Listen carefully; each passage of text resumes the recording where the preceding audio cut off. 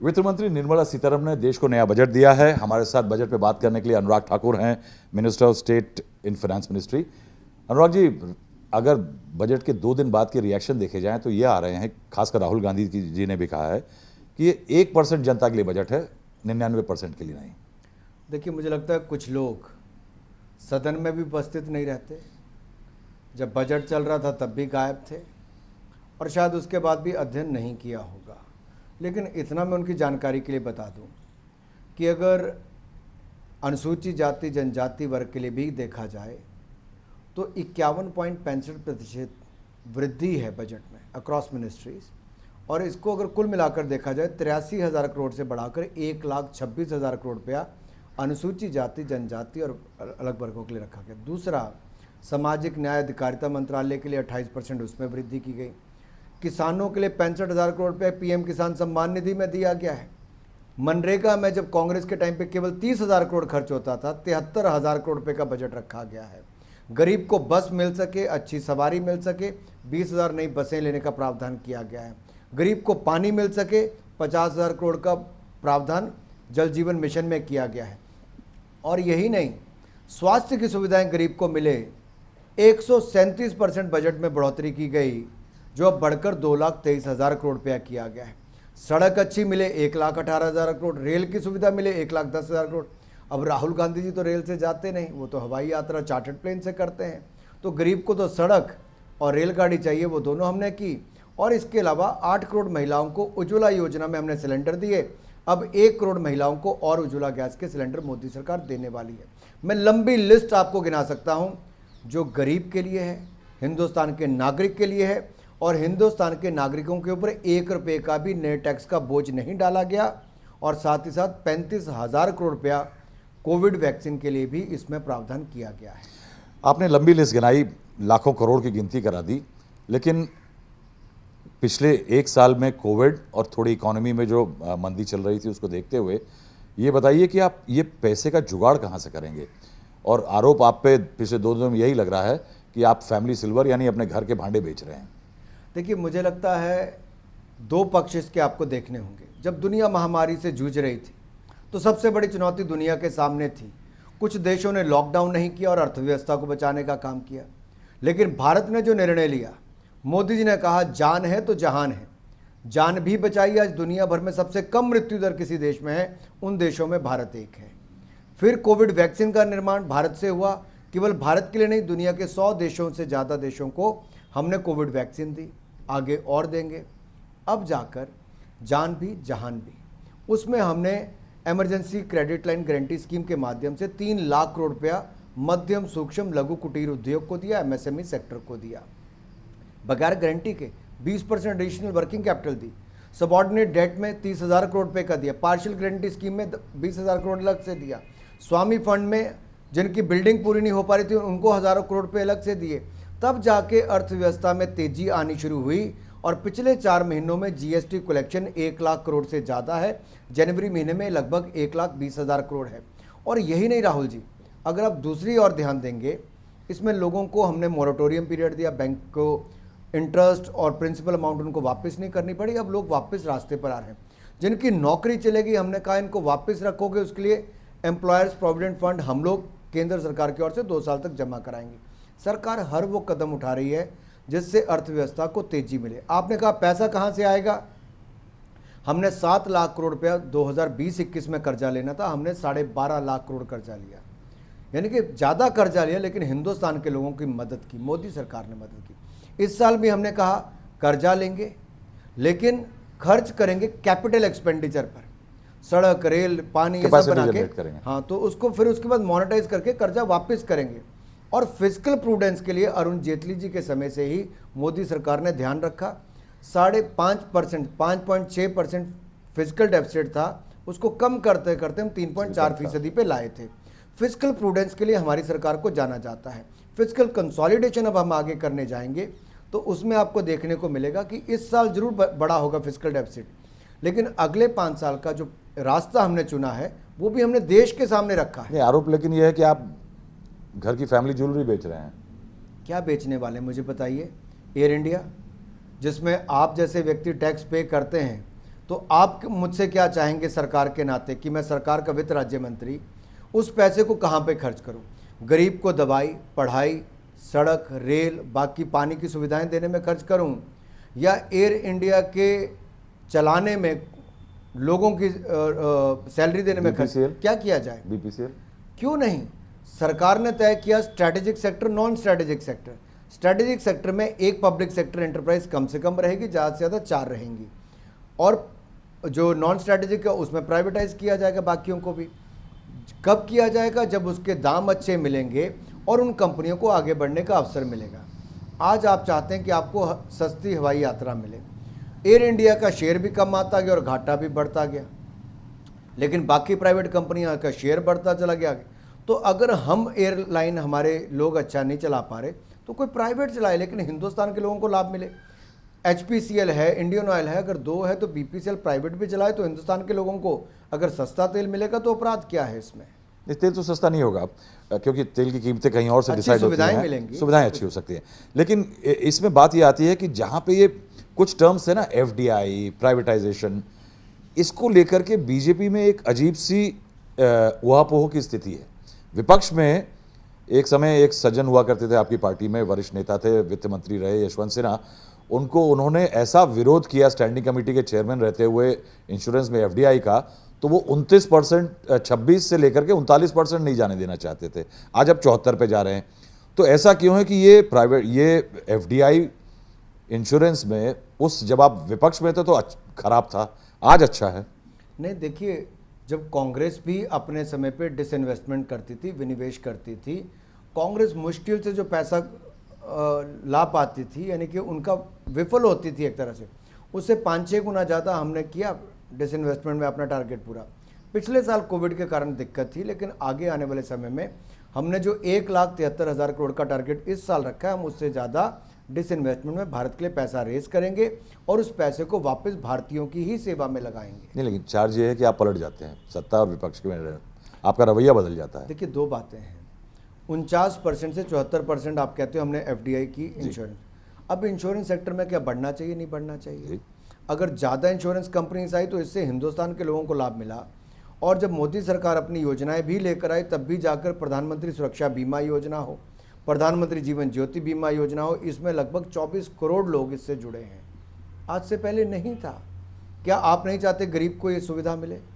ऐसे ही बैंक में हालत है। आप एक समय पे 2007 के करीब में मनमोहन सिंह जब बैंकिंग सेक्टर को ओपन करना चाहते थे, फ्लोर स्पेस को, तब लेफ्ट और बीजेपी सहयोगी हो गए थे और उसका विरोध करते थे। अब आप कह रहे हैं कि 2 बैंकों में आप फ्लोर स्लिप खोलेंगे, एक इंश्योरेंस कंपनी में खोलेंगे। ये हालात किस तरह से बदले हैं कि ये जस्टिफाइड है आज? देखिए, आज भी पब्लिक सेक्टर बैंक्स के साथ साथ प्राइवेट सेक्टर में बहुत सारे हैं और बड़े बड़े बैंक हैं।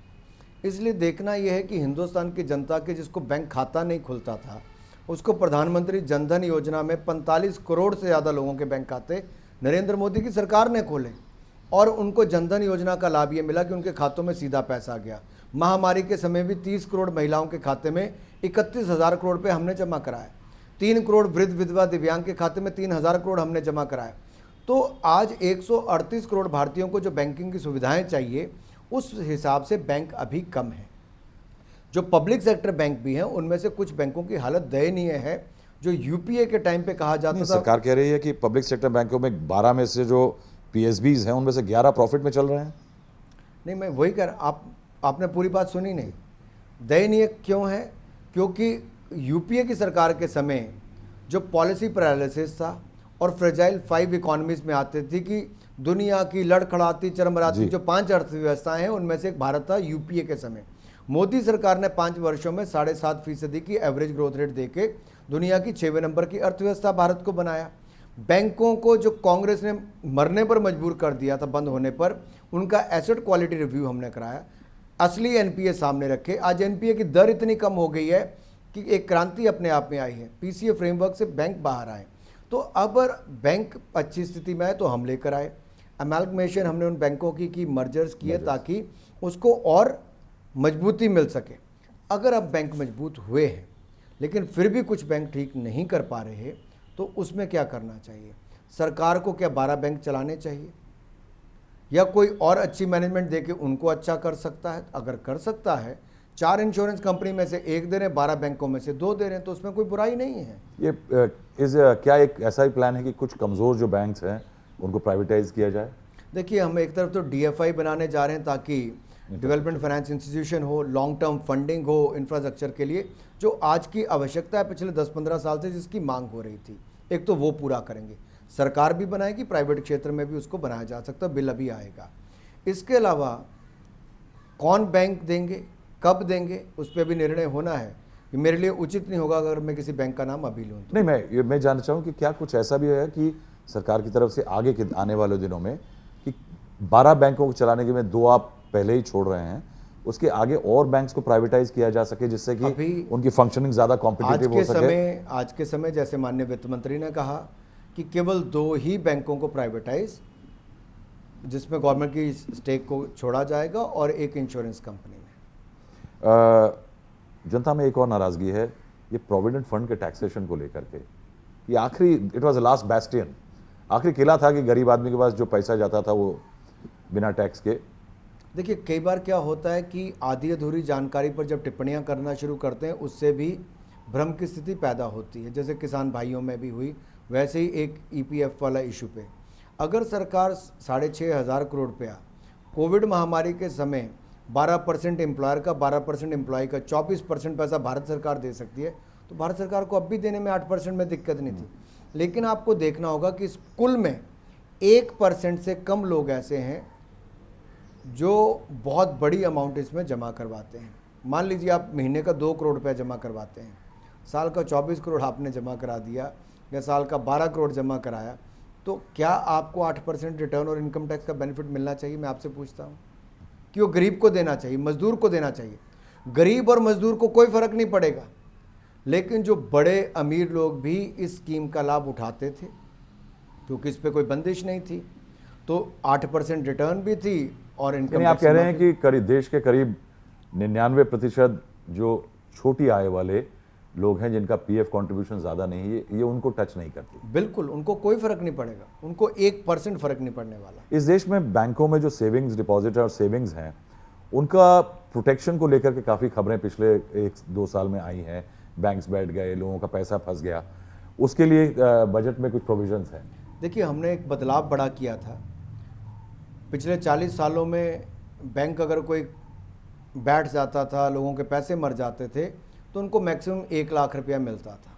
हमने उसको बढ़ाकर 5 गुना ज़्यादा 5 लाख रुपया कर दिया। जैसे यस बैंक में दिक्कत आई, तो यस बैंक में भारत सरकार ने एकदम से कदम उठाकर उसमें जो मदद करनी थी एसबीआई के माध्यम से भी की, आज यस बैंक वापस अपने पांव पर खड़ा हुआ है। तो हमने एक तरफ तो बैंकों का सुदृढ़ीकरण किया, दूसरी ओर जनता का पैसा बचाने के लिए भी जो उनके लिए गारंटी ट्रस्ट होता है, जो इंश्योरेंस वाला, उसमें भी इसको बढ़ाया है ताकि 5 लाख रुपए उसको कम से कम मिल सके। अनुराग, एक आपका फाइनेंस मिनिस्ट्री में अवतार है और एक आपका पॉलिटिकल अवतार है। मैं आपसे एक अलग क्वेश्चन पूछना चाहूँगा। पिछले 3-4 दिनों से एक मूवमेंट बन रहा है सोशल मीडिया पे, तमाम प्रोमिनेंट लोग, किसानों की प्रोटेस्ट में एक फार्मर्स जेनोसाइड नाम का हैशटैग चल रहा है। ये जो पूरा कैंपेन चल रहा है, इसको आप किस तरह देखते हैं? मुझे लगता है इस पे लोगों के सामने बहुत सारी बातें आई भी हैं। पहले कहा जाता था किसान आंदोलन है, किसी नेता को मंच पर नहीं आने दिया जाएगा। कोई नेता ऐसा बचा नहीं जो उस मंच पर गया ना हो। सरकार ने खुले मन के साथ किसानों के साथ चर्चा भी की, आगे भी करने के लिए तैयार है, क्योंकि मोदी सरकार ने किसानों के लिए पीएम किसान सम्मान निधि में 1,10,000 करोड़ खर्च किया। फसल बीमा योजना में 70,000 करोड़ के मुआवजे उनको मिले। इसके अलावा एमएसपी खरीद के दाम गेहूं और धान के 43% बढ़े, दलहन तिलहन के 65 से 70% बढ़े, गेहूं की खरीद 74% बढ़ी, तो धान की 113% खरीद बढ़ी है। कुल मिलाकर एमएसपी खरीद कांग्रेस के मुकाबले मोदी सरकार ने 2.5 गुना ज़्यादा की, प्रोक्योरमेंट भी ज़्यादा की और प्राइस भी ज़्यादा दिया, यानी कि पैसे भी ज़्यादा और ख़रीद भी ज़्यादा की। इसके अलावा मंडियां ख़त्म ना हो, लोगों ने कहा कि मंडी ख़त्म करने जा रहे, हम तो मंडी को सशक्त कर रहे हैं। 1000 मंडियों को हमने ई नैम के साथ जोड़ा, 1000 को इस साल जोड़ रहे हैं।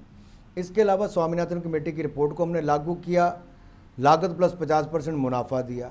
तो किसान के हित में मोदी सरकार ने कदम ही उठाए और आगे भी उठाए। लेकिन इस पूरे मामले में 100 मिलियन फॉलोअर्स ट्विटर पे जिनके हैं रिहाना जैसे स्टार्स जुड़ गए, कहीं सरकार के ऊपर प्रेशर है अब कि ये ग्लोबलाइज हो रहा है इशू? इसका क्या प्रेशर? या आपको लगता है कॉन्स्पिरेसी है? मैंने आपके पहले प्रश्न के कहा कुछ लोग पढ़ते नहीं है लेकिन केवल ट्वीट करते हैं।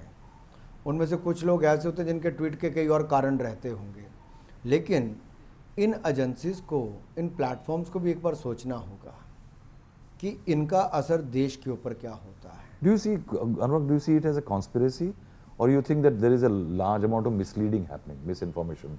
क्या समझते हैं दोनों में से? It is mix of both. There might be some agenda, but the only issue which has to be seen, the farmer should know more about their rights, and they should not give their platform for others to do politics. You think the platform is being misused right now? Maybe. Thank you very much for speaking to us. बहुत बहुत धन्यवाद। अनुराग ठाकुर, वित्त राज्य मंत्री, हमारे साथ बात कर रहे थे, जिन्होंने बताया कि सरकार ने जो बजट में चीज़ें अनाउंस की हैं वो सिर्फ एक को नहीं बल्कि 100% को कवर करती हैं।